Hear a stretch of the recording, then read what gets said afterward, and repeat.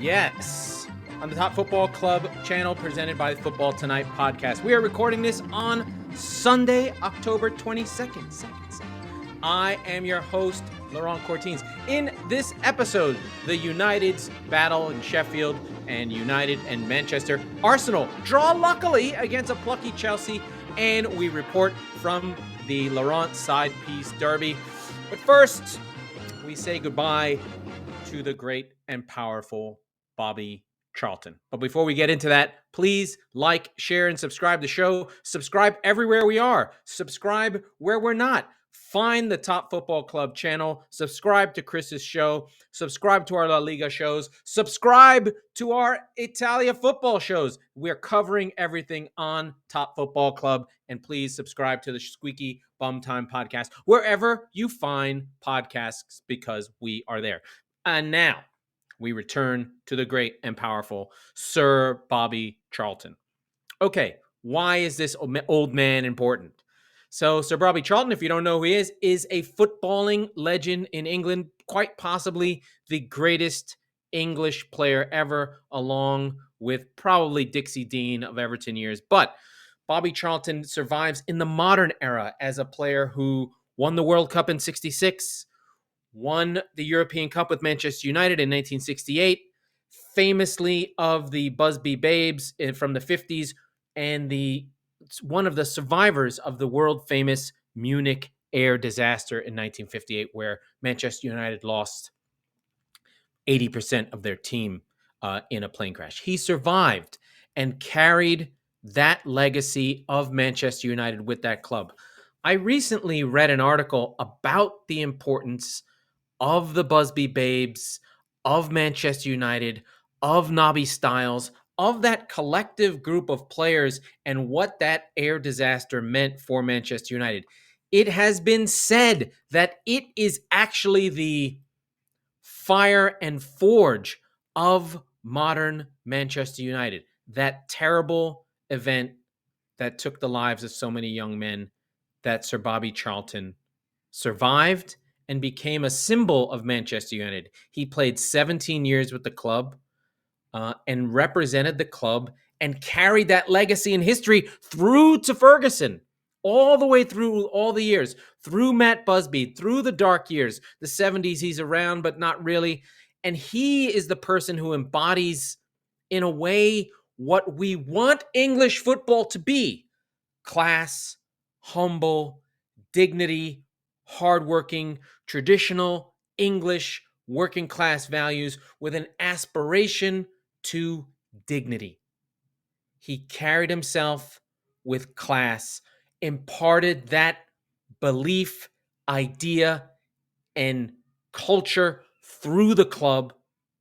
He famously is on the board at United in 1986 when Ferguson comes in.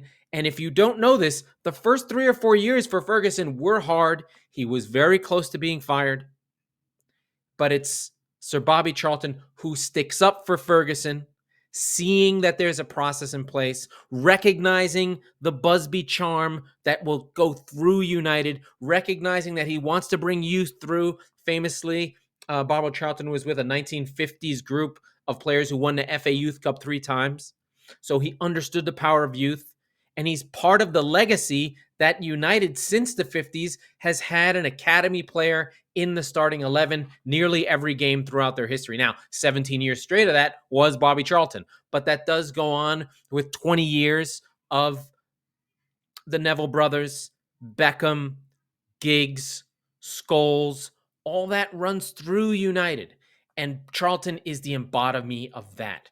So what we're losing in Bobby Charlton in his arrival and being at every game and being indicative of what United means to football and to England, what we're losing is really a connectivity to a different time, to football as English people romantically view it, to a different time, to a different place, to post-war England, to rebuilding, to a wealthier time, a better time.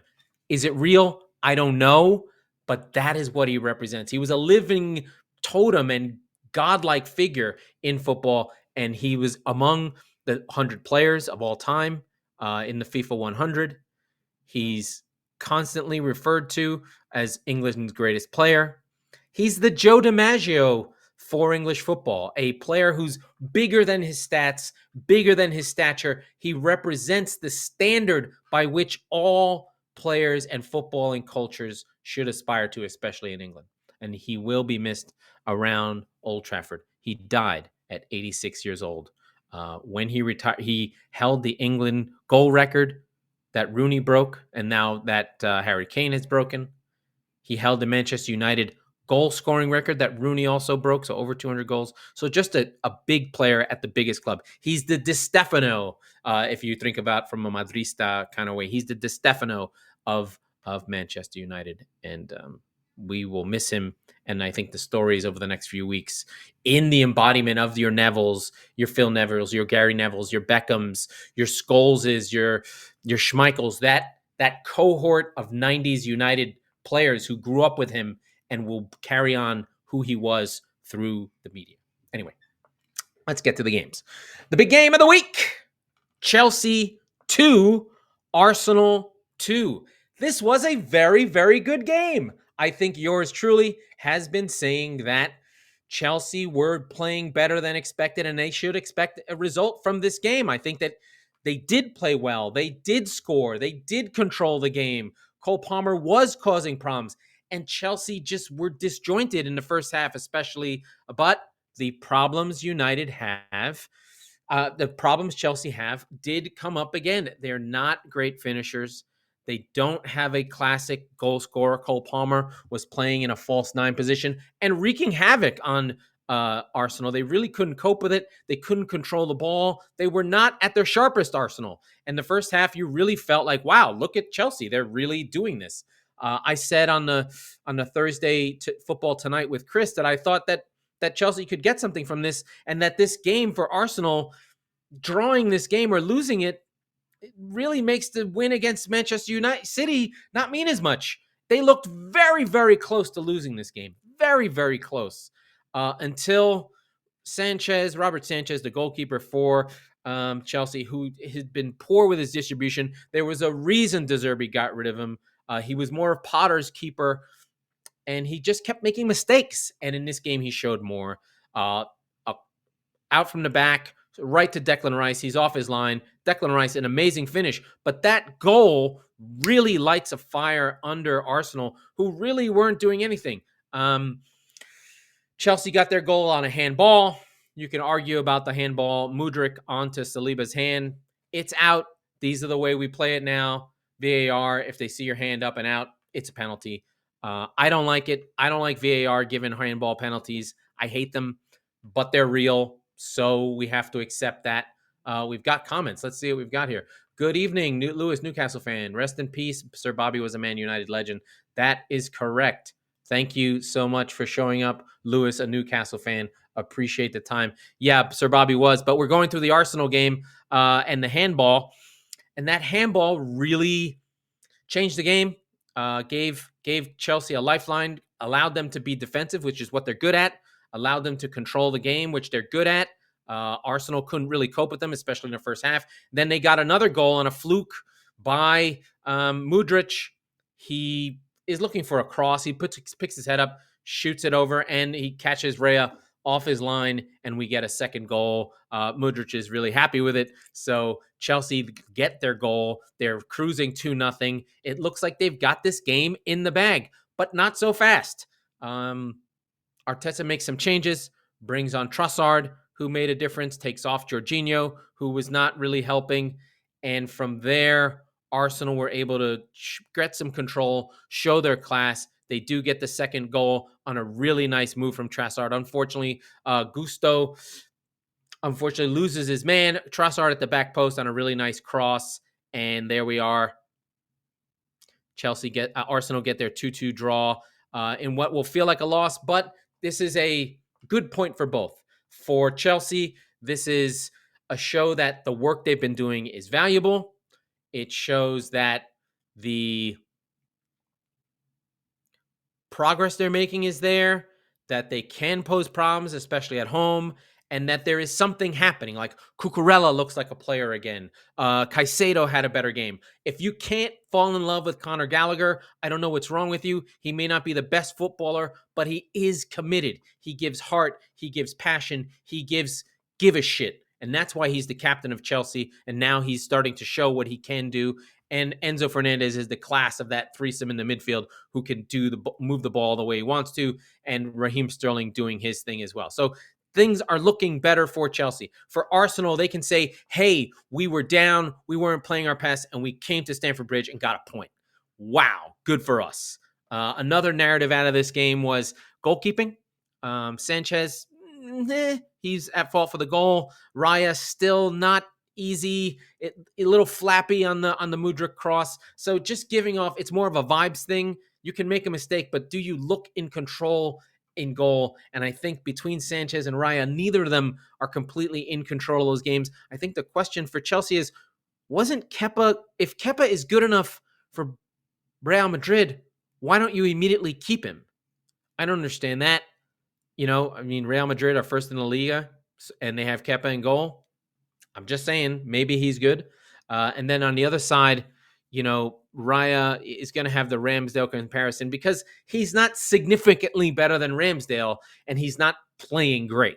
So it just gives more fuel to the fire of where things are there. But a really good game all in all, very enjoyable, very fun, the kind of game we want from the Premier League, a kind of game where we want to see strength in Chelsea. We want to see all the power going on there and just enjoy their growth and where they are. I really like what I'm seeing from Chelsea. I've always liked Pochettino, and I think it was unfair for where Chelsea were to sort of say, hey, they're not going to be good. But when in fact they have turned things around, they are moving in the right direction. The team is working.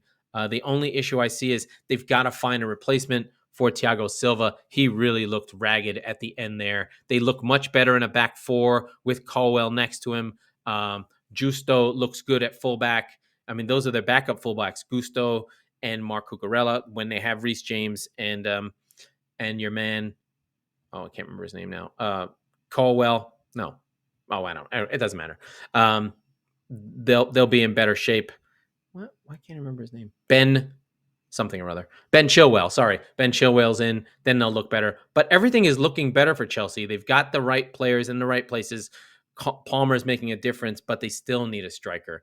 I think they'd rather have a real 9, and I think Broja will be that guy, hopefully, once Pochettino figures out he doesn't have any other options. He'll play Broja until Nkunku comes back, and the whole thing will start to work.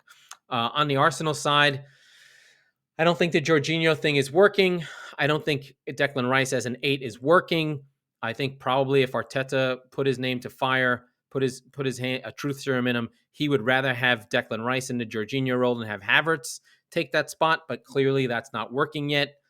In the long run, I think that's what will have to happen. I think it's a shame that they don't play Partey enough. I still think Partey at the base is a better option. Maybe they have to go 4-2-3-1 and sort of move, instead of the 3 up front, maybe move it as a different growth there with Martin Odegaard in the middle as a 10. I'm not sure. It's an idea.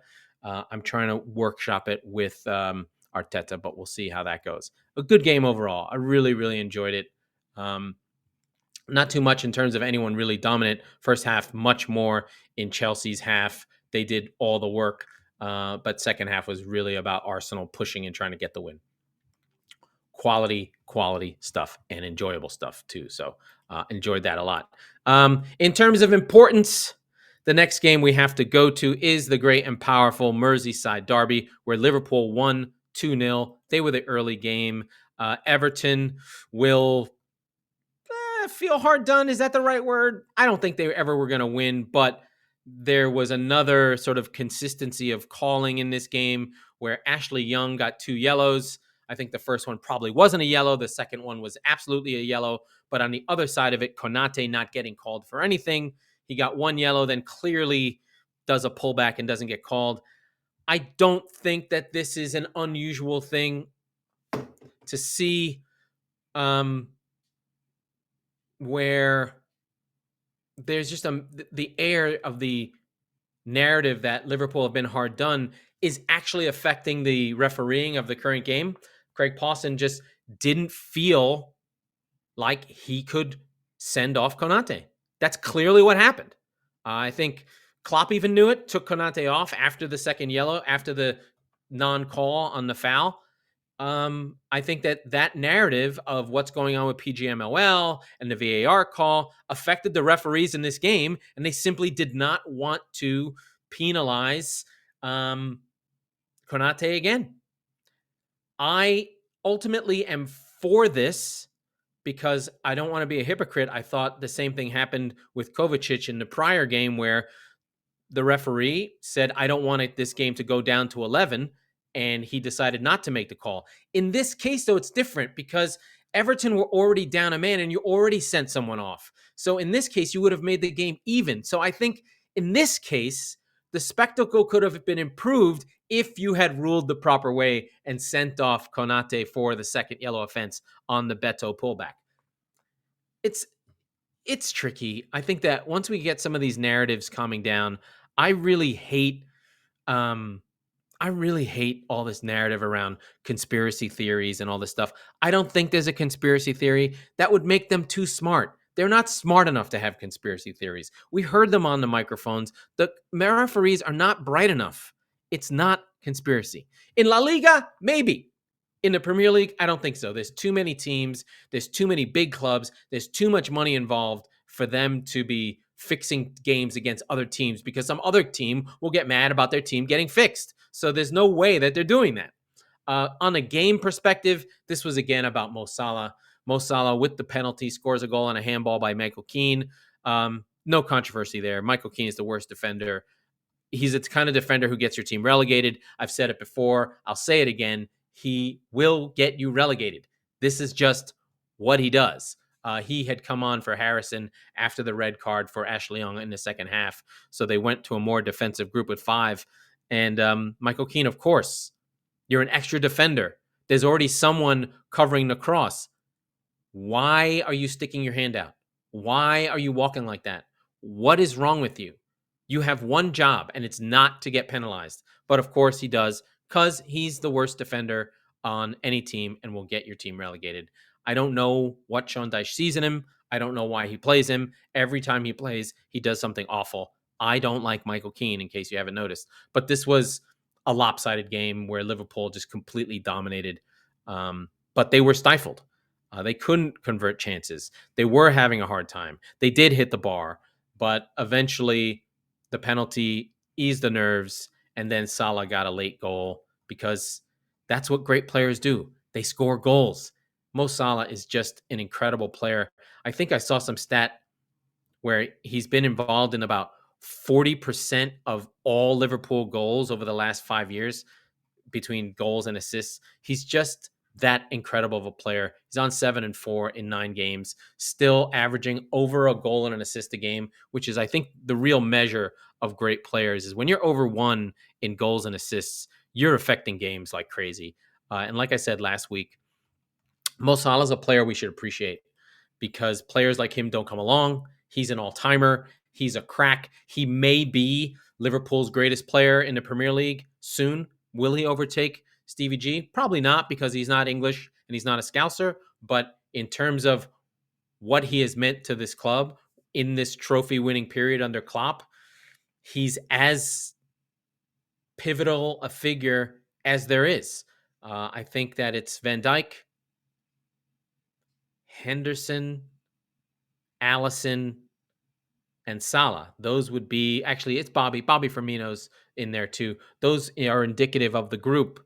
As much as I don't like Henderson, he is a legacy of Liverpool that carried through the harder years to the Stevie G group and passed on to him. But now that he's gone, I think it's Salah who controls that. And the midfield being rebuilt is really, really good. Really, really exciting. Liverpool are great. They're definitely a contender. They're right there.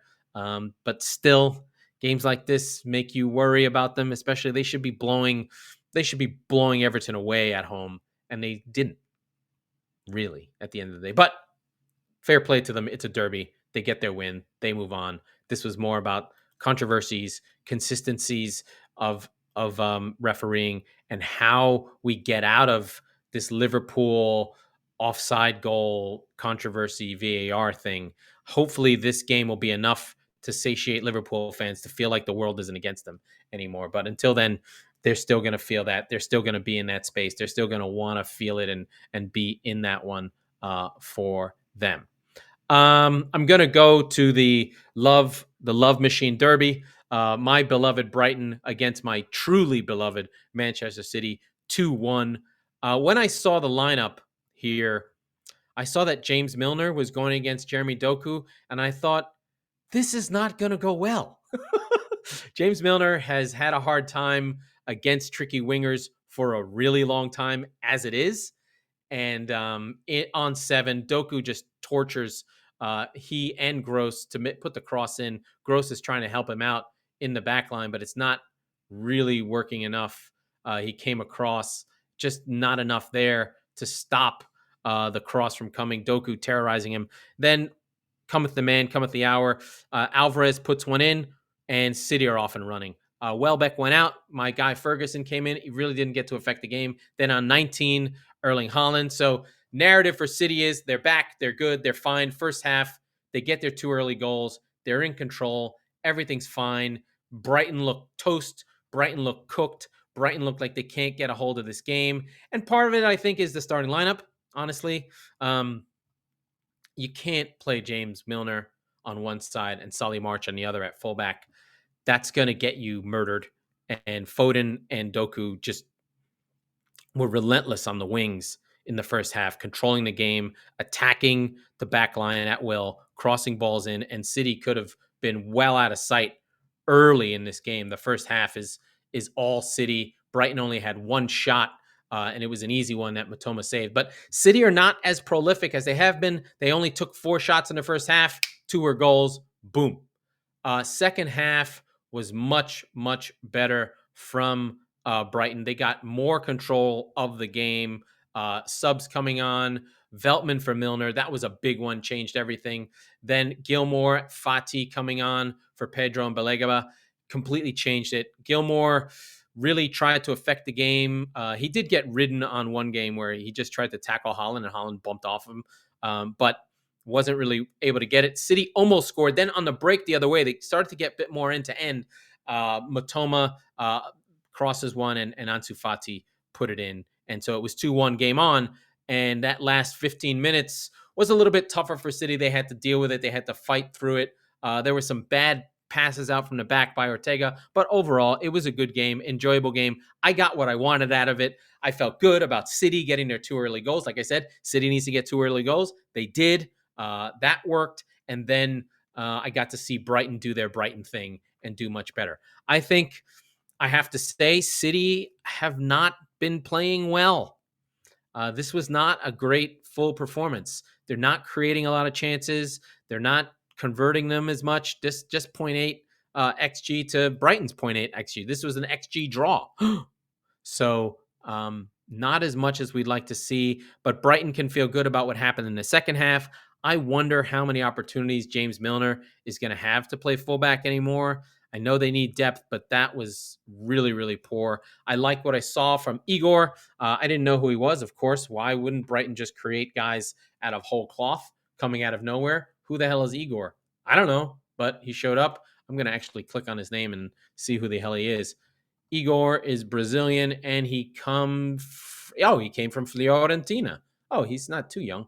Out of the Salzburg world, played in Serie A for the last 4 or 5 years. A good young defender.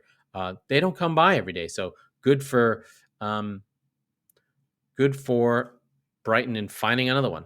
I didn't like what I see from João Pedro. The front line for Brighton didn't do as much. Adingra, not really there. Loved them all season, but a good game overall. City getting off the schneid. Another item for City to deal with is Akanji got a second yellow at the end of the game, and he'll miss the Manchester derby. I don't worry about this so much for City because that if there's one place City have depth, it's at center back. I mean, Diaz didn't even play until the end of the game. So not really a big deal. Couple players I'd like to shout out for City. John Stones is just bloody incredible.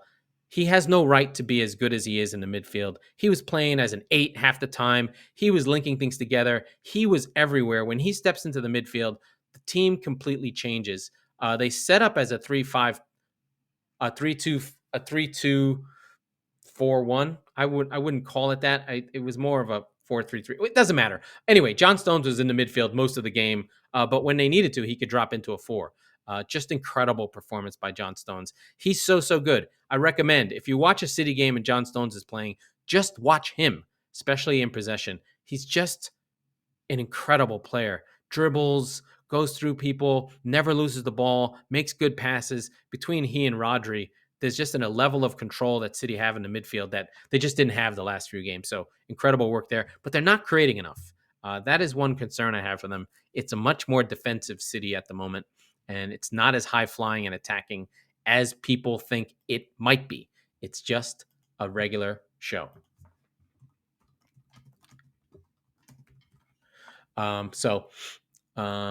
Yeah, just a regular show. Hey, Demetris, let's see. How do you start Milner against City? Yeah, how do you start Milner against City? Not a great idea there by De Zerbi. He gave him a shot, took him out at halftime, but Doku terrorized him. And then on the other side, Solly March got terrorized by Foden. Sadly, Solly March really did either his ankle or his knee. He may be out for the season. Yeah, no De Bruyne is really hurting City's creativity. Not sure what they're supposed to do there, but interesting stuff nonetheless. City have been in without big players, so a lot of good work from John Stones. Good to see him playing, and I believe that there's more games in the midweek. Wow. So we talked about City. We talked about the amazingness that is Sir Bobby Charlton. We talked about Liverpool and their Manchester derby. Let us talk about the United derby with Sheffield and Manchester United. Manchester United going to Hillsborough. Is it Hillsborough? No, the other one. And winning 2-1. McTominay scoring the goal again. Another weird handball call. Whatever. We got to call him. Another penalty in the corner there. I'm not sure what you're supposed to do about all those things. But United win. They still are not playing well. They're still looking weird. They score on moments. Diego Dallo with a really nice goal at the edge of the box to pull the 2-1 game out. First 25, 30 minutes, Sheffield United will probably feel good about where they were, but ultimately United have too much class, even though they're funky. This is a funky team. It does not function the way you want it to. But they do get the win.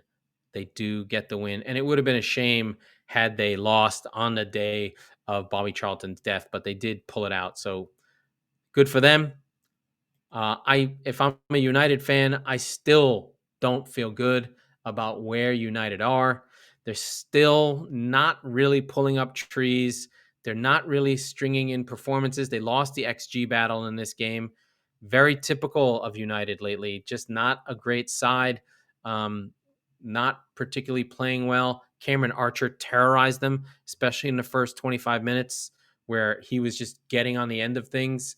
United just didn't really pull things together until the last few minutes in the second half. McTominay gets his goal, which is thank God, but otherwise, the fact that it was pretty balanced against Sheffield United, a team that sold its two best players and hasn't bought any players, is still surprising. I think another piece of narrative out of this game, which I think is good for United because they can finally just kind of let it go, is Harry Maguire played well and was man of the match. I think they need him. Is he a Man United player? Whatever that means. No. If that means no, he's not Nemanja Vidic. No, he's not Rio Ferdinand. No, he's not John O'Shea. No, he's not Gary Pallister. No, he's not any of the legendary central defenders that have come through Man United. But he's good enough for now. He's good enough for now, especially with Varane hurt, especially with Lisandro Martinez hurt, especially with Lindelof being lightweight in central defense. Having Harry Maguire there as cover is really good. And I think the way he's carried himself, surviving some of the abuse he's taken, surviving some of the abuse he's taken with England, surviving some of the abuse he's taken from me, I commend him. And I want to give Harry Maguire his due honor and respect that, this is a top half level defender, a bad defender on a good team, on a great team, but a good defender on a good team. And I think that the more Ten Hag is pragmatic and lets Harry Maguire play, the better. And I mean, it is weird that they have to have Johnny Evans and Harry Maguire in there. I'm sure that was not the defense they drew up, but that's the best they can do right now. Lindelof as a fullback is really bad, especially on that side. He can't use his left foot, so his crosses all have to come inside. There's a fly that keeps hitting my screen. It's driving me nuts. So I keep flinching. Yeah, United. I'm curious, United fans. How do you feel? How do you feel about this thing? It's such a weird team. They're just not good. They win, but they're not fluid. There's no connective tissue at all. There's nothing that's stringing this thing together. It just kind of goes and moves and happens, and it's just weird. Just bizarre. Just bizarre. Yeah, I know. I know it's you, Dima. I know from our group. I know who you are. I can see your bald little head. So we do move on to other games across the division. A game I'd like to call out, Newcastle. Man, did they put in their performance of the weekend. Looked strong, looked powerful, looked like they could have beat any team today. The idea that Jacob Murphy and Trippier are the ones winning these games for you is crazy to me. They can bring in Almiron later. They always know that Callum Wilson is good for a goal, and he got one. Just Newcastle just wiped the floor with Crystal Palace, scoring 3 first half goals, 2 in stoppage time. Sean Longstaff, the old boy, doing it for them. Just a really, really good performance. The first goal by Jacob Murphy is pure class. Volleyed cross from Trippier to Murphy, who does a volley dink. Either it was a cross or a shot.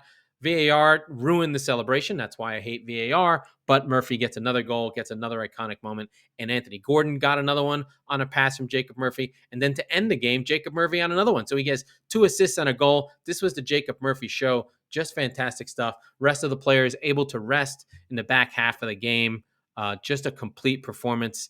And Newcastle starting to string together offense, now leading the league in scoring, nearly in the top 3 in scoring. That +8 they got against Sheffield United helped. But in terms of my nerd core, the underlying numbers for the great and powerful Newcastle are impressive. They are the form team. They are the team putting together performances that they are now the league leaders in XG plus-minus. So that says to me, underlying numbers for Newcastle are through the roof. +9 on goal, +5 on goals, right in line with their expected goals against. City right behind them, but Newcastle looking like the strongest team in the division. I think that PSG game really gave them a lift, and that little blip they had against Liverpool and City feels like it's gone. Maybe they're not quite ready for the top big time, but if you come in there with some weak ass shit, Newcastle will stomp you, especially at St. James's Park. So really impressive week for Newcastle. Really happy for them. We've got a real league battle on our hands. It's not a joke. It's very goddamn serious. We're going to have an amazing season, an amazing league season that's coming up.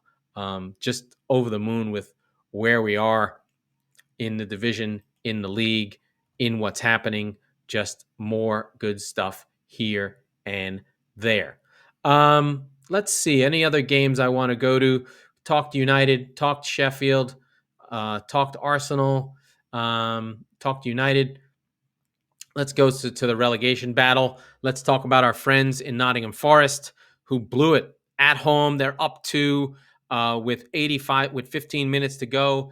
And from 83 on, this game is all Luton. They let Luton back in. Two second half goals by Chris Wood put the Tricky Trees ahead. They have an almost 3 expected goals, but The fighters, the fighting Hatters of Luton Town, get 2 goals away from home to level this game. This is a huge draw for Luton. They're not in the bottom 3. I may have to revise where I am with my relegation battle. I think Luton are the one team out of the new teams that seems to know they're in a relegation battle. I don't think that Bournemouth know they're playing out from the back, making mistakes. I don't think Vincent Kompany knows he's in a relegation battle yet. He's got to figure out where he is. Luton Town, of multiple promotions, multiple seasons, know who they are, know how they're going to play, respect the division, and are like, we're sitting deep and we're kicking long balls. Whereas Burnley and Bournemouth still trying to play like they won the championship, not really realizing you're in the Premier League. Stop messing around. And Bournemouth and Burnley both lose badly. Bournemouth lose on a goalkeeping howler to the great and powerful Gary O'Neill and his massive Wolverhampton Wolves. Neto is just a killer. Another good goal by Hwang. This from Cunha. Just amazing stuff by Wolves and Gary O'Neill. Yes, there was a headbutt. Yes, there was a red card. But that was just stupidity by Bournemouth. And I think Iraola, even though they were up a goal, will start to feel the pressure of just like, hey, it's 9 games in. You don't have a win. Lewis Cook, just what are you doing, buddy? The goals were by Cunha and Kaladzic after the mistake by Neto. There was 2 Netos in this game. There's Neto, the goalkeeper for Bournemouth, who got the ball put in the Neto, and then Neto, the winger for Wolves, who was terrorizing again with another assist again. But Bournemouth really bad. Then Burnley just getting killed by Brentford, getting hit on the break. Wissa and Mbeumo and Godot's goals were incredible. Wissa was just on the break, normal stuff. Connor Roberts gets sent off for a second yellow. The one that they'll be kicking themselves for is Koleosho, just coming off the bench, wide open net, goes with the wrong foot on the break. Could have gotten Burnley back in the game, but they blow it. I'm not sure what Vincent Kompany is supposed to do. Maybe he needs to get a bit more solid, maybe play 5 at the back, maybe really just embrace the counterattack. I'm not sure. Burnley are shipping goals. They are just awful right now. I think they're leading the league in goals allowed. It's not going well for Burnley. Yes, Sheffield United are on 24, Burnley on 23, and Bournemouth on 20. Shocking. The bottom 3 are all 3 teams that have given up the most goals. Sadly, Brighton are 4th in goals allowed, but they've scored 22. So giving up a lot of goals does not help you. So just relegation battle. Which one of those teams, Burnley, Bournemouth, or Sheffield United, is going to get pragmatic and stop messing around and start trying to win games? Luton already knows who they are. They're already pushing. I'm going to vote for Vincent Kompany because I love him, but what team falls into that relegation battle? I'm not sure. These teams have separated themselves. Burnley, Bournemouth, and Sheffield United already minus 15, minus 14, minus 17, respectively. So they're already the worst teams. Luton Town only minus 9, been really keeping it tight, trying to be pragmatic about getting points, and they do so today at Forest. That point might mean everything to them. Like I said, Brentford still battling. Burnley still got their 1 win, should have 2. Maybe it'll encourage Vincent Kompany to stick with where he's at. Bournemouth, I think Areola is not long for the season. And then, of course, the great and powerful Gary O'Neill's got Wolves up in 12th. Fantastic, fantastic stuff. Where else can I go? I think that is it. I talked Luton. Amazing stuff by them. Chris Wood is about a professional, a goal scorer as you can have on your team, especially if you're in a relegation battle. You couldn't ask for a better striker than Chris Wood, so that's good. Luton Town fighting as a group, a unit. They have each other's back. I like what they're doing. Brentford surviving when Wissa and Mbeumo are going. They score. They're in good shape. They still have that solid strength after that bad loss against United. Burnley, defensively, all sorts of problems all over the place. And then Bournemouth, Gary O'Neill kept them up. They were the weakest of the teams. They didn't really add that much. Tyler Adams was supposed to shore up their midfield, but he's been hurt. And so they don't really have any reinforcements. And if Iraola insists on playing out from the back, he's going to be playing himself out from the back of a van when he gets fired from his job and someone pragmatic comes in. Now, Sunday. We had Aston Villa 4, West Ham 1. The Unai Emery revolution rolls on, and David Moyes just gets stomped at home. Aston Villa are just flying right now, 11 in a row at home. Will not lose anymore. Douglas Luiz with 2 more goals already broke his record of 5 goals for the season. Ollie Watkins gets one. He's on 6 and 4 in terms of assists and goals. And then Leon Bailey gets one. Jaron Bolwood pulled one back. There was a moment here where this game was close. It was 1-0 going into the half, but second half, all Villa, all the time, just powered through, outclassed David Moyes in every way, just not able to do enough. The Moyes team, Paqueta's there, Bowen's there, James Ward-Prowse. I think there are limitations to Moyes. He's not going to beat more tactical, creative managers. He's just not. He'll always lose these games. That's why his record against the top 6 is always so bad, because he grinds out wins against people in and around him and worse. But if he has to go against better teams, Moyes doesn't really have different ways to play. And so when he goes against someone like Unai Emery, who's creative and his team is grooved and they can do their own thing, he's just not the manager to do that. He's just going to get it off. He's going to blow it. He's going to yes, Laurent is live. He's just going to have problems and just not make it happen. He's just a clown. So Moyes, good for certain teams, good for certain things, not good for everything. Fine for West Ham, but Unai Emery's always going to beat him. And Aston Villa now in the top scorers in the division. They're also up there in goals scored. It's been a really, really tight division that's getting even better. We'll find out even more after Tottenham plays later tomorrow on Monday. I know. I'm aware. Dimitri, whatever your name is. I'm aware of who you are, my friend. So just getting better all the time, just cranking out wins for Aston Villa. It continues. They never stop. Unai Emery is just a pure legend. Right now, I believe Aston Villa are second in goals scored behind Newcastle on 24. So it's very packed at the top. Right now we have City on 21 ahead of Arsenal by goal difference, with Liverpool and Tottenham on 20. Tottenham still have to play. Then Villa on 19. Then there's a gap into 6th with Newcastle and Brighton on 16, United on 15, West Ham on 14. Chelsea back in the top 10 on 12. It's starting to separate a little bit. Your top 10 is already City, Arsenal, Liverpool, Tottenham, Villa, Newcastle, Brighton, United, and West Ham. That literally could end up being the top 10 when the season finishes. It looks sort of like the narrative and the combatants are sort of slotting into their places as we go game after game after game. I could see Chelsea pushing up.